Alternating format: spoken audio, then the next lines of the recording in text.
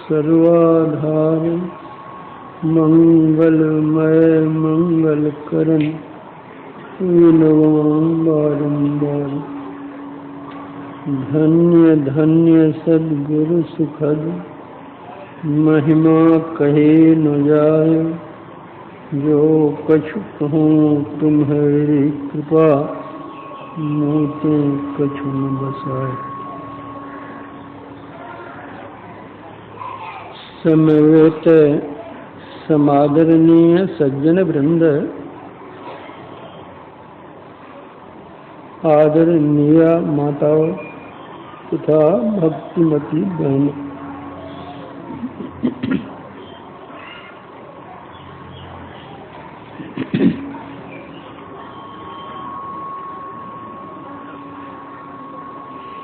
रामचरितमानस में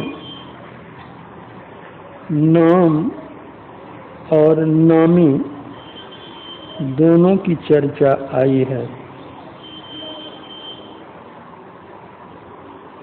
गोस्वामी जी ने लिखा है, समुझत सरिस नाम अरु नामी, प्रीत परस्पर प्रभु अनुगामी।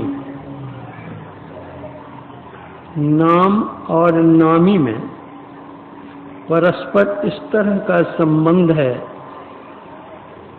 जैसे स्वामी और सेवक में।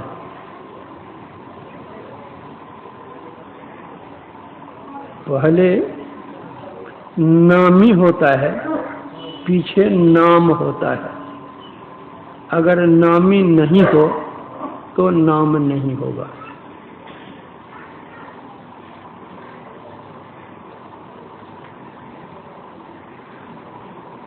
इसको हम लोग कहते हैं माइक्रोफोन। अगर यह नहीं बना हो तो माइक्रोफोन किसका नाम होगा?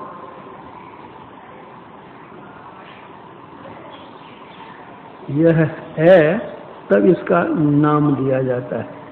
यह नहीं हो तो फिर नाम किसका?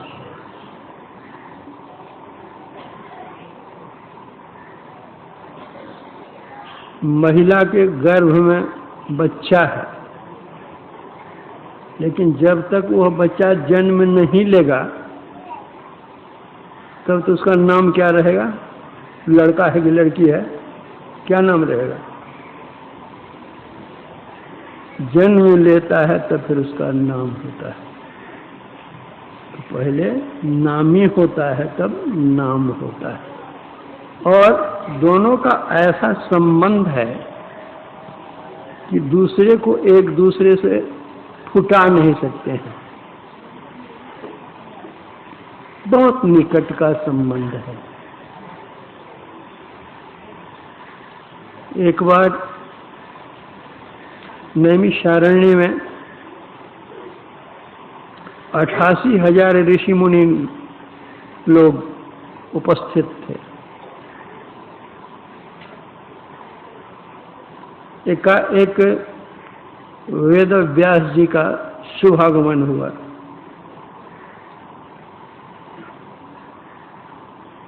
सबने उनका बहुत सत्कार किया, आदर किया, बिठाया।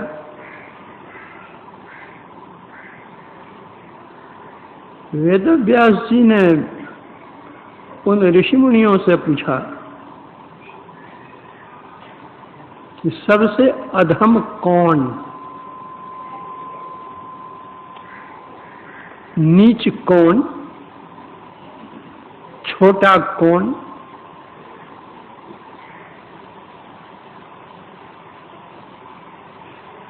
किसी ने उत्तर दिया कि जो धनहीन है वह सबसे छोटा है।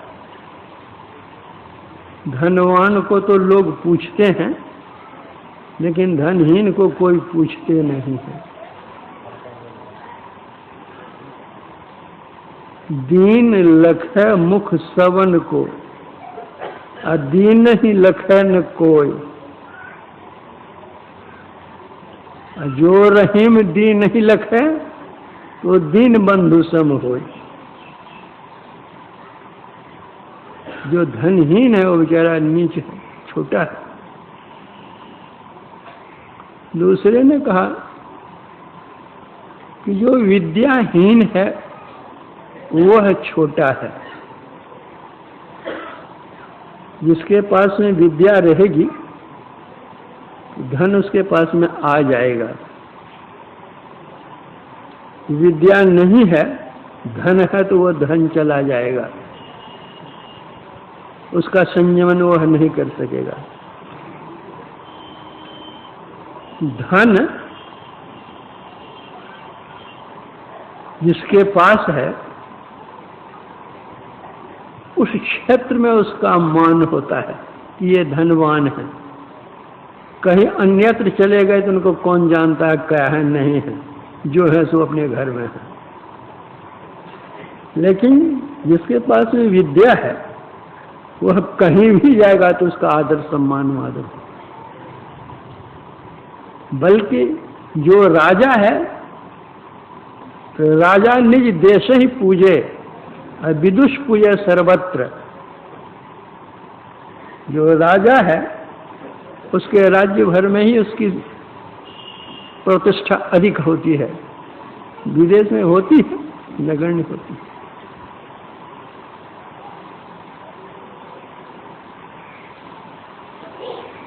कलकत्ते जैसे महानगरी में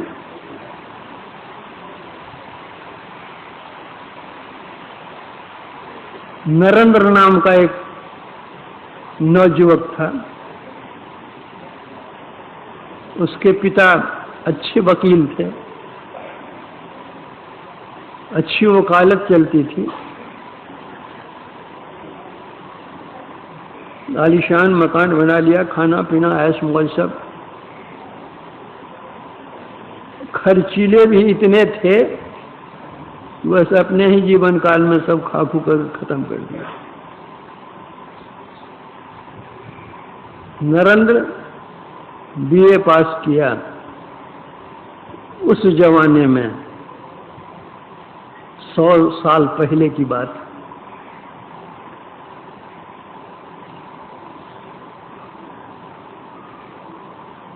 नौकरी खोजते थे, कलकत्ते में कहीं नौकरी मिलती नहीं थी। ऐसी स्थिति आ गई कि दाने दाने के वे मुहताज हो गए, भूखों रहना पड़ता था। नौकरी की तलाश में शहर में घूम रहे हैं, भूखे प्यासे घूमते घूमते सड़क पर मूर्छित होकर गिर जाते थे। जब होश आता था तो घर घर लौट चले आते थे। उनके मित्रों को मालूम हुआ कि नरेंद्र की यह हालत है, भूखा रहना पड़ता है उसको। तो उनके मित्रों ने निमंत्रण देना आरंभ किया कि आज हमारे यहाँ भोजन करो, आज हमारे यहाँ भोजन करो, आज हमारे यहाँ भोजन करो। नरेंद्र भी इतने आत्माभिमानी थे, किसी के यहाँ भोजन के लिए वे जाते नहीं थे। सोचते थे मैं भोजन करूंगा, मेरी माँ भूखी रहेगी, मेरी बहन भूखी रहेंगी, मेरे भाई भूखे रहेंगे, मैं खाऊं यह उचित नहीं।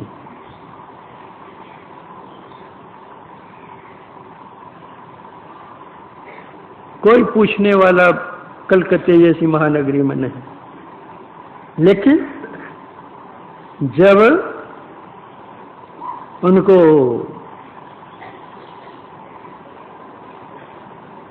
श्री रामकृष्ण परमहंस देव जी महाराज से संत मिल गए तो लोहा से वे पारस हो गए। आज दुनिया में ऐसा कौन सा देश होगा जहां स्वामी विवेकानंद का नाम नहीं जानता होगा।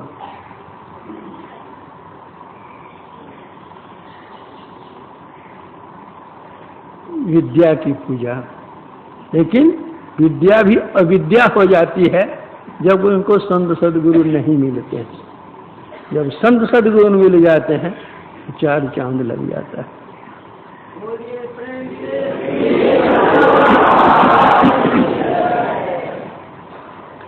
कितना भी सुंदर शरीर हो, संत कबीर साहब ने कहा,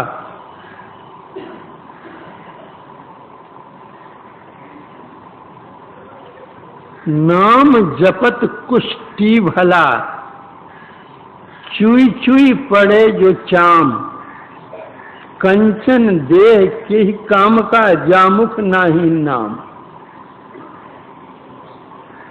गलित कुष्ठ है शरीर में, अंग गल गल करके गिरते हैं, लेकिन भगवान का वह नाम लेता है, इसलिए वह उससे बड़ा है, जिसका शरीर तो सोने के समान चमकता है, लेकिन भगवान का नाम नहीं लेता है।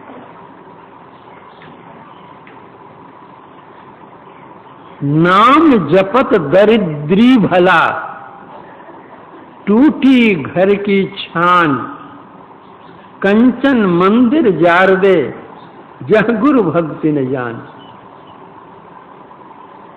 झोपड़ी है, गरीब है, भगवान का नाम लेता है, वह उससे कहीं बहुत बड़ा है, जो सोने के महल में रहता हो लेकिन भगवान का नाम नहीं लेता हो। भगवान शंकर ने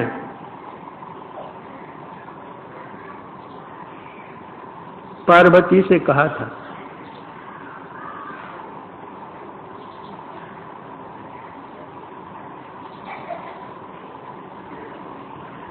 श्रवण रंध्र अरिभवन समाना,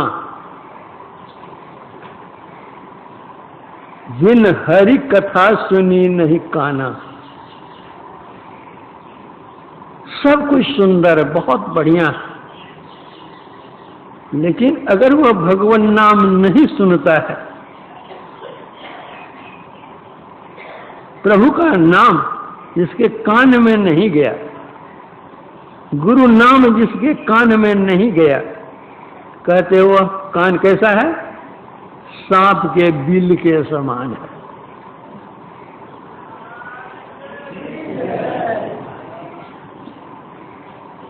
देह देखने में बहुत सुंदर, सब कुछ है,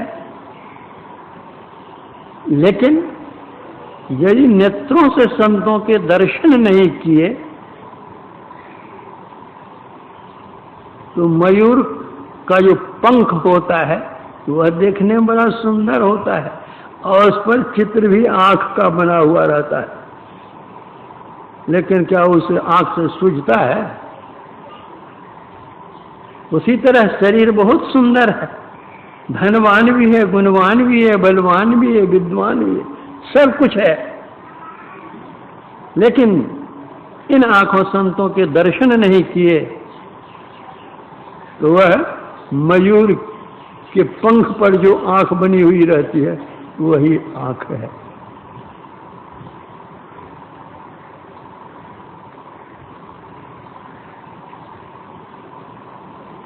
सब कुछ सुंदर है,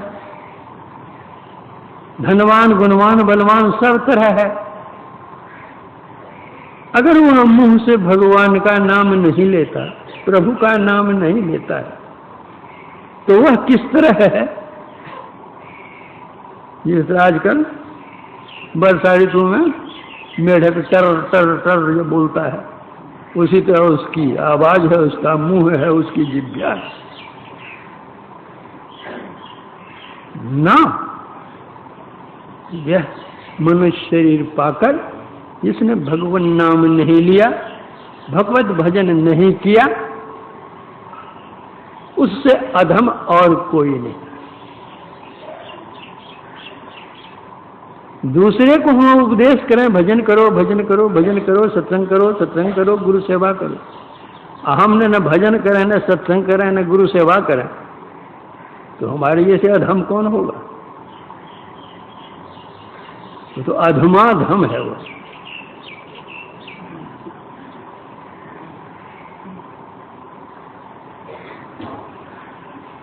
गोस्वामी जी लिखते हैं, नाम और राम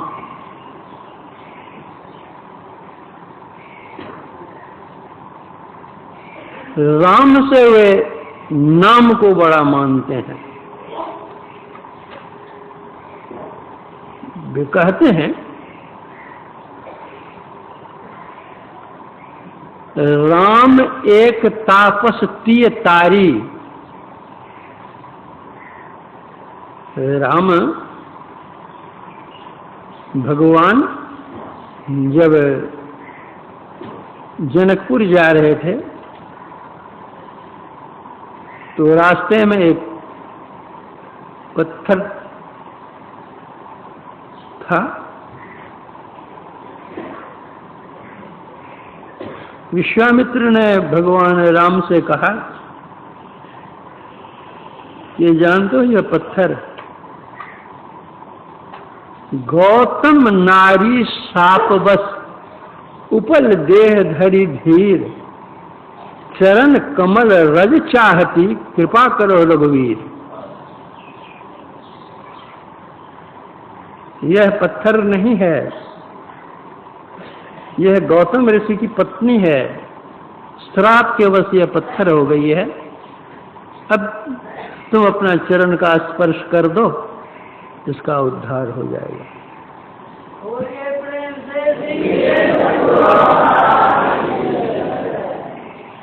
भगवान राम